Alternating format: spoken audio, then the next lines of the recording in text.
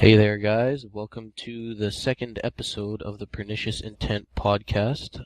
Something we wanted to do a little sooner than we have been. Nonetheless, here is episode 2 of what could be something that lasts a long time. Mainly, we wanted to start off by boasting a little about our community that we're building. It is Pernicious Intent. If that you didn't get that by now, you can check us out at www.perniciousIntent.com. We're a small little Battlefield 3 clan-based community, sort of bringing casual gamers into a competitive environment, not the regular clan-based rules that you get. You don't have to play 20 hours a week. You can just be one of those guys that pops on a few hours a week or something like that. You got kids, you got a wife, you got a life. We understand that. We're all about that here. We have a 64-player Conquest large server that is running normal settings right now, pretty much all the maps. We're sort of leaning into, or giving you the public access to our TeamSpeak, which is available at pi.ts.nfoservers.com if you guys want to pop in while you're in our server. Search it up on Battlelog by searching Pernicious Intent on Battlelog, one word, Pernicious Intent, and you can find our server there. We got it going pretty well so far. It's almost always full regularly. We're just sort of trying to get regulars that come back and sort of recruit, build our community. We're going to be here a long time, so check us out, and we're always looking for people to increase our numbers and everything. In this podcast, we're going to go on a little about what we thought is good changes from the beta to the final game, the Back to Karkand expansion coming out, just overall things that we've enjoyed so far about Battlefield, things we haven't enjoyed so much, and all the fun stuff in between. First things first is general thoughts, impressions of the switch from the beta to the final product. Red, can you take that one? Yeah, I guess. Things that I've noticed mostly are most of the glitches that were in the beta are gone now. Like the weapon damage when you're sprinting, it doesn't one-shot you. I don't know if anybody else realized it though, but in the beta, the hitboxes seemed a little bit too small and some shots didn't register. Seems like that got fixed. The things that I'm not too thrilled about though is I don't know why I keep getting a bad luck death. It doesn't matter when it is, but I get a bad luck death, like if I'm standing in a certain area.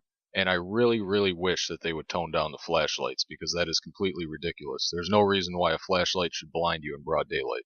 That's just my thought, but that's pretty much all I've noticed so far. Yeah, for my part, basically it has been improved since my experience in the beta. I can finally play other maps now besides Operation Metro. And Destruction's pretty good, pretty fun, and all the explosives are really realistic in my opinion, as well as Conquest Large. There's six maps. I mean, there's six flags and a couple maps. Pretty fun. Just rowing around with your squad mates, capping flags, especially the vehicles. Well, overall, Battlefield 3 has met my expectations. I clocked in a lot of time for it, and it's been a fun ride. And it's gonna be still gonna be a fun ride. And about the glitches, I'm pretty sure they're gonna patch that flashlight thing. For the other glitches about the one-shot thing, I'm glad they fixed that. And also, I agree with you, Red, about the bad luck death. It's really annoying. But I think I got a shout out for the rest of the Battlefield 3 people that you gotta use teamwork in order to win, because other people just go lone wolf, and it's really annoying. Especially if like a guy takes a tank and just takes off without any gunner. It's really just a waste. So you really gotta use teamwork in Battlefield 3, especially in Conquest. Well, those are just my thoughts. So I hope you guys agree. One thing that I want to point out, though, that I may have overlooked is I don't know if you guys agree, but on some of the maps, like, for instance, Operation Metro, perfect example, on Conquest, the flags aren't properly placed, in my opinion. Yeah, And like they don't utilize the map. yeah, exactly. And it's not just that map. I find it maybe two or three, no, maybe two other maps where the flags aren't in an ideal location for it to be a fair fight. Like, it shouldn't be where you have one spawn and whoever has that spawn is going to dominate the game just based on what side they start on. You know what I mean? Yeah. Yeah, it's pretty cheap, especially Operation Metro. It's such a condensed place to put like 64 players in one map that has linear flags. It's not even crooked or something. It's like really predictable. All the corners, there's campers, everything you can imagine. What doesn't make sense to me is like you play Conquest Small on Operation Metro and it's 3 flags, and then you're like, oh, okay, all right, this isn't too bad. I'm gonna try this out on 64 players, and the map is identical. Like, didn't they have any internal play testing to see that it is literally just like a shitstorm of bullets and grenade launchers and rockets? It's nothing. It's nothing skill based. It's just like you go on YouTube and you search in 24/7 Operation Metro hardcore, and all you see are these montages of people, and they run around with assault rifles and M230s and RPGs, and they just spray down a hallway and they get kills. And I mean, it's a good way to get points. Yeah, I'm not going to say that it isn't, but it's how do you enjoy doing that when clearly it's not skill based there. You can't say it is, even if you're the best player in the world and you have the best stats, and you're doing that all the time. That doesn't show you anything. I mean, that's not Battlefield. You're just shooting grenades down a hallway. Obviously, you're going to get hundreds of kills when you're playing on hardcore with 60% health. It's just like, and I think when Red is saying other maps, I think he's referring to Grand Bazaar as well, where they have that, in Conquest Small at least, they have that hallway. And I mean, it's a 3-flag map, and if you control that hallway, you control the map, hands down. And it's just like, it that seems map's repetitive. frustrating. It is. But Grand Bazaar isn't as frustrating though, because that hallway can be very fun and you can flank from different areas. It's not as bad, but it's still a problem where they placed it. Another thing I noticed, or at least I've been reading, I think it was Demise99 on Twitter, posted a before and after of the flashlight. I think they may be tweaking it in the next client patch, which I don't know when it would be, but probably be, I'd say, back to Karkan time. They might have a client patch by then. I'm not 100% sure. I mean, obviously this is speculation, but it seems like that would be the best time for them to release a patch. And I mean, I think there'd be a lot of gameplay fixes. They've been talking about toning the damage up on the UMP and toning the damage down, I think, on the SCAR, and increasing or decreasing the flashlight glare, make it more realistic, less blinding. Well, still blinding, just not to the point where you're staring at the sun. Not in daylight, yeah. Yeah. I almost find the sniper glare to almost blind you a little bit from a distance, because then you don't really know what to shoot at. Like, I found myself shooting at the glare from a sniper lens, and I don't even get any hit markers. I don't know if I'm just shooting in the wrong place or hit registration or what, but that can be frustrating as well. Yeah, definitely. One thing I noticed also about hit registration is a lot of the time it seems like, I don't know, lag compensation comes into factor with some players. Like, I'm not saying, lag is beneficial or anything, but it seems like there's a lot of times where you're standing up and you're shooting and then you go prone, and 2 seconds after you go prone you get shot. I'm not saying it's all the time, but once in a while, and it's a little annoying, especially when you've been prone, and you're in cover. It just sort of makes it feel like, I don't know, like it makes it sort of feel cover's useless to a certain extent. Like, you'll be sprinting and you'll hear an MG start shooting at you, and then you dive prone. I know you can't dive prone, but you immediately drop, and 2 seconds later you're dead, and you look at it and it's the guy spraying the MG down the hallway, and it's just, there's like small things like that in the netcode that I still think need to be fixed, but again, it could be lag, it could be something crazy. I mean, I don't have a terrible connection, I have a pretty decent connection. We have a pretty fast server, so I don't think it would be that. But it's small issues that still annoy me, but I think the overall balance of the game right now is amazing. I mean, there's no, I guess, in my opinion, there's no overpowered weapons. There's overpowered players, like Mo Ranger here, but no overpowered weapons. Right. Yeah, I agree. Like you Right. know you see hundreds of medics running assault with or running AEK 971. People cry overpowered, but then you get those people that run the PDW or the MP7 and they tear it up just as hard. So really it's all the person behind the gun, not the gun itself, right? Yeah, if I Yeah. think about it now, I don't think the AEK is so much overpowered. It's just I'm getting sick of dying to it because everybody Yeah, uses it. exactly. That's the thing. It's more overused than overpowered, and I think that's what a lot of people seem to generalize. The gun that is used the most is obviously the most powerful, so it's got to be overpowered. When is not really. It's just everyone likes that gun. It's one of the last unlocks. I mean, for assault at least, it's one of the second or third last unlocks. And I mean, why wouldn't you use it if it's that far down the tree? Agreed. But with that being said, Mr. Mo Ranger here in his auto shotty with the frag rounds seem a little USAS annoying. 12. Yeah, yeah, that. What he said. It's pretty cheap, bro.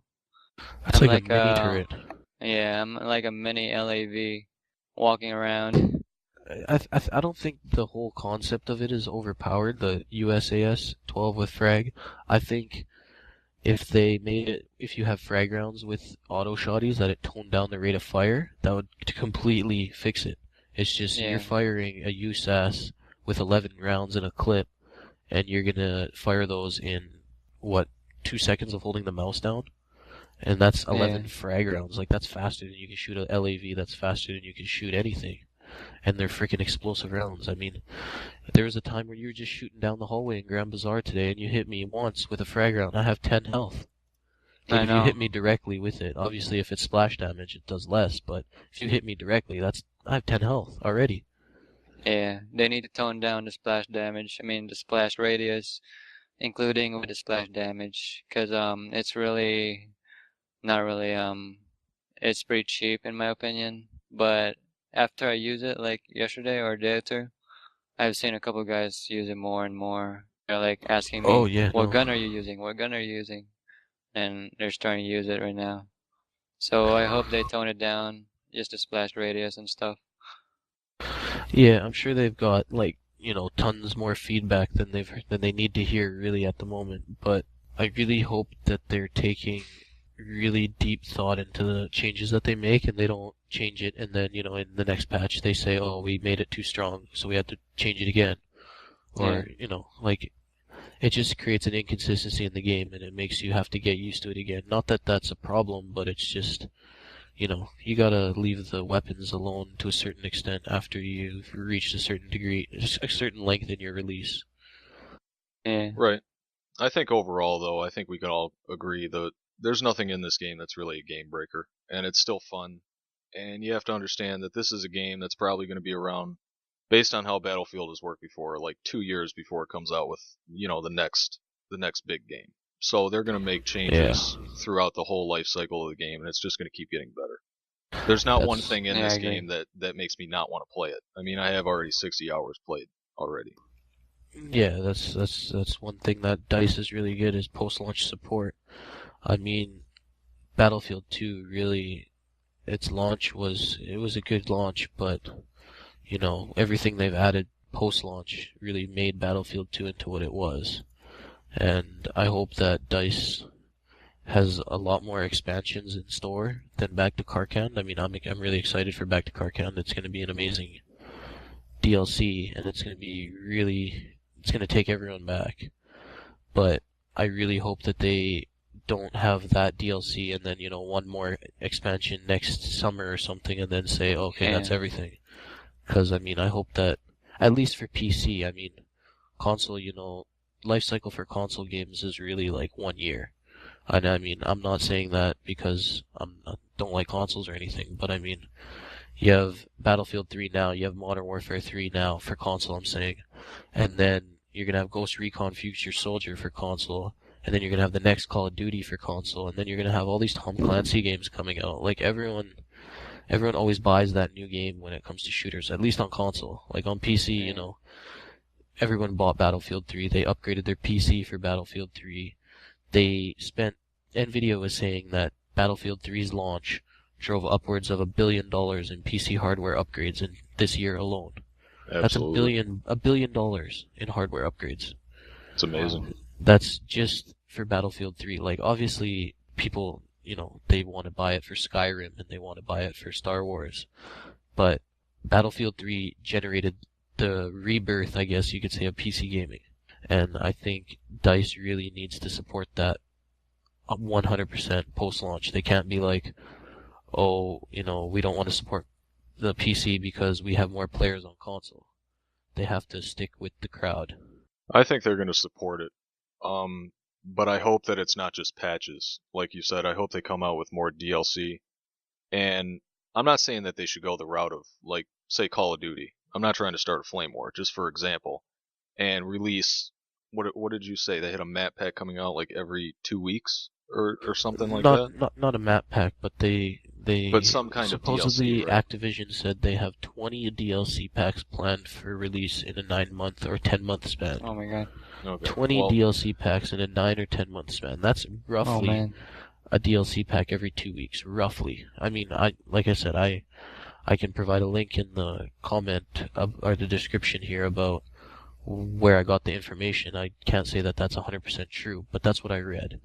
And if that is true, that's just like, I don't know, man. That just seems like It's a little we're gonna overkill sell to you me. we're gonna sell you a game, and then we're gonna make you buy the content that's already in the game. Like, Well, yeah, but Like, I think we're- Call we're- of Duty Elite makes that free. So that's one good thing that came out of it.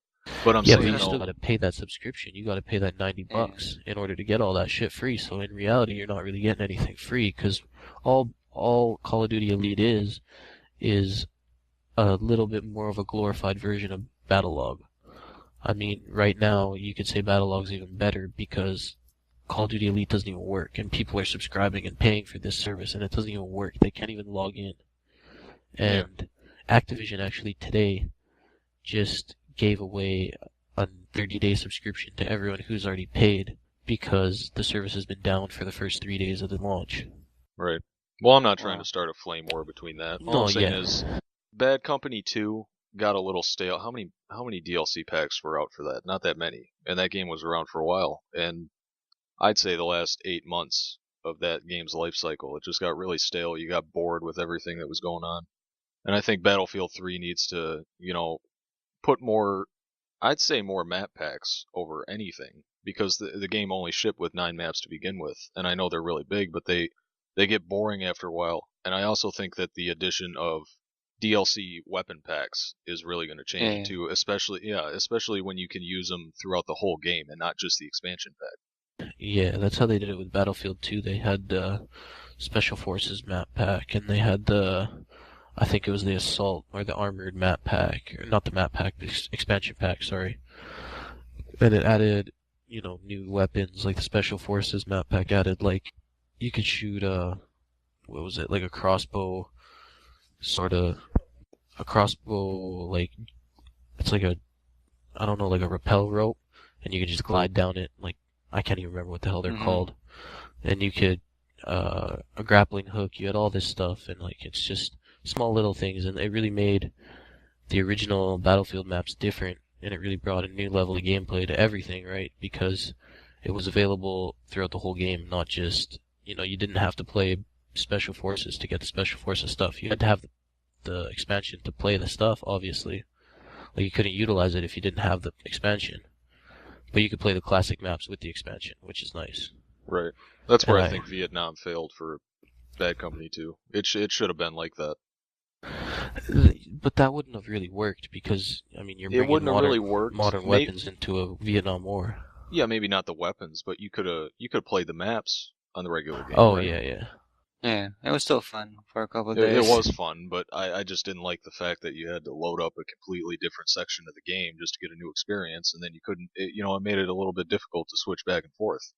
It just Yeah, got tedious. Yeah. people were saying that that's the way Back to Karkand was initially supposed to play out as, and I really hope that that's not the case. I mean, I think I've seen Jinto tweet that you can play them all in the same rotation, like all the maps, the current Battlefield 3 vanilla maps, as well as the Back to Karkand map pack. You can play it all in the same map pack, so meaning you could switch from Operation Metro and have your next map be Strike at Karkand, and then the next map be Oh, Caspian yeah. border, and then the next map after that be Gulf of Oman. So hopefully that makes it a little bit easier for us. Wake Yeah. Island too. Don't forget that. Yeah, I just can't wait for each map.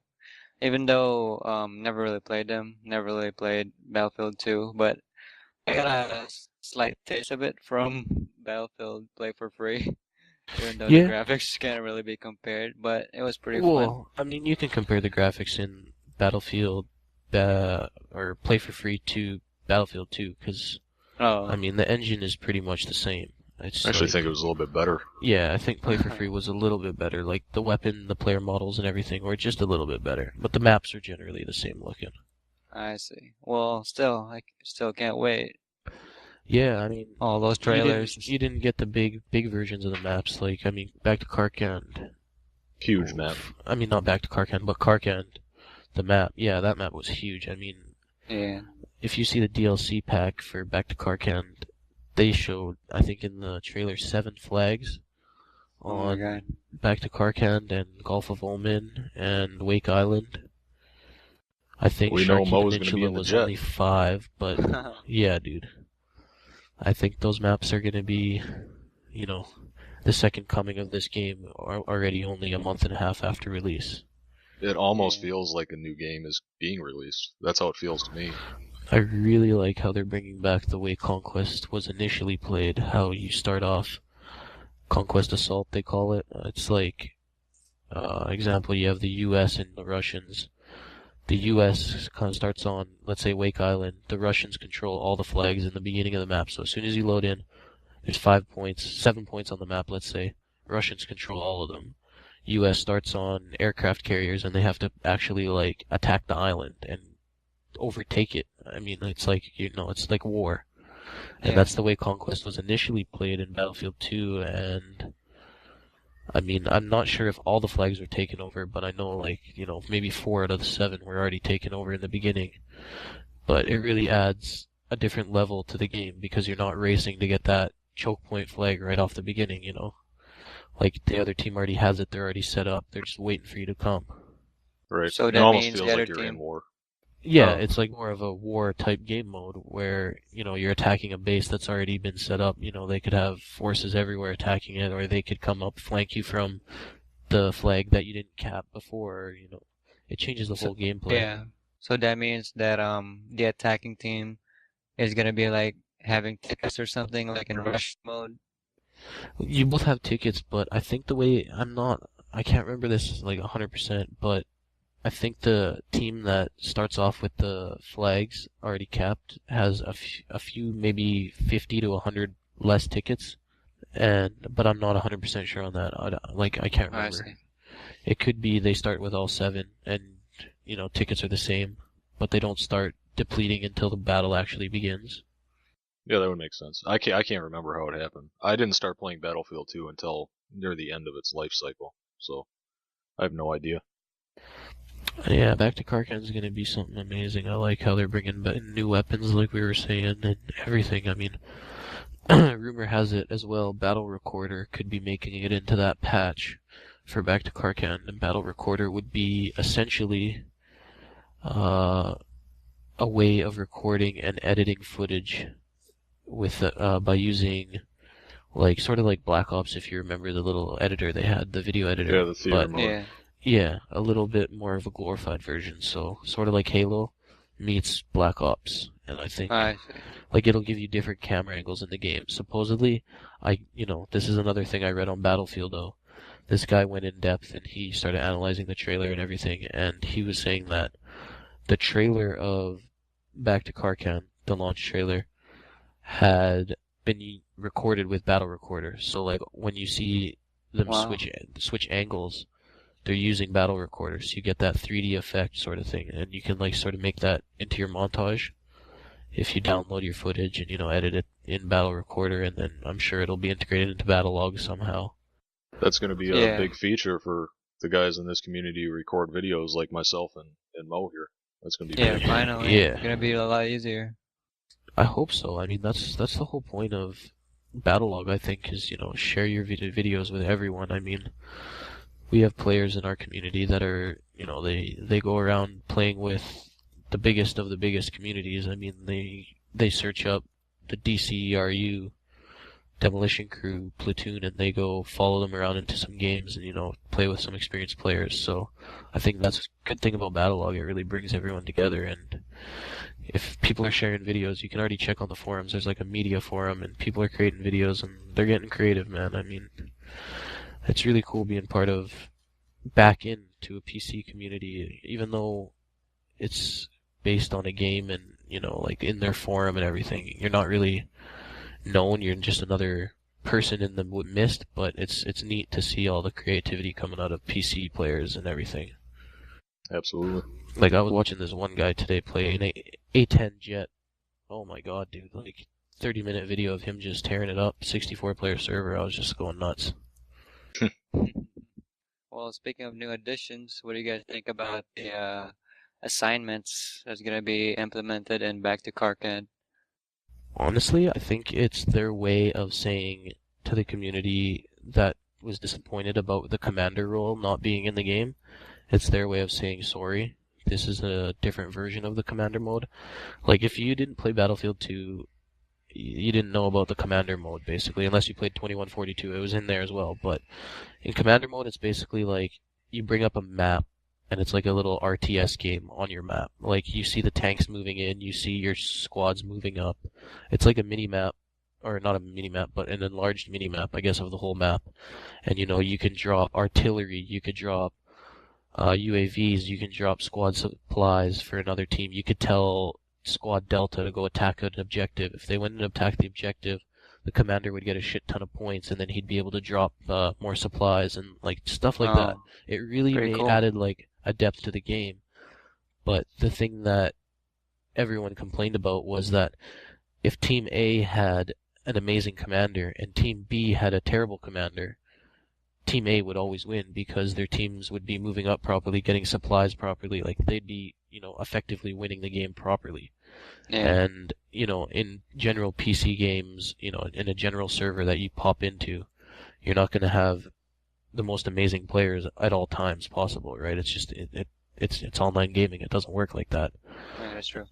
So, it created certain imbalance, but I think that's why DICE didn't implement it, and this is their way of saying, like, this is our new commander mode, but we made it so instead of it being user-based, it's going to be map-based, and you're going to have little objectives throughout the map, and you're going to get rewarded through it.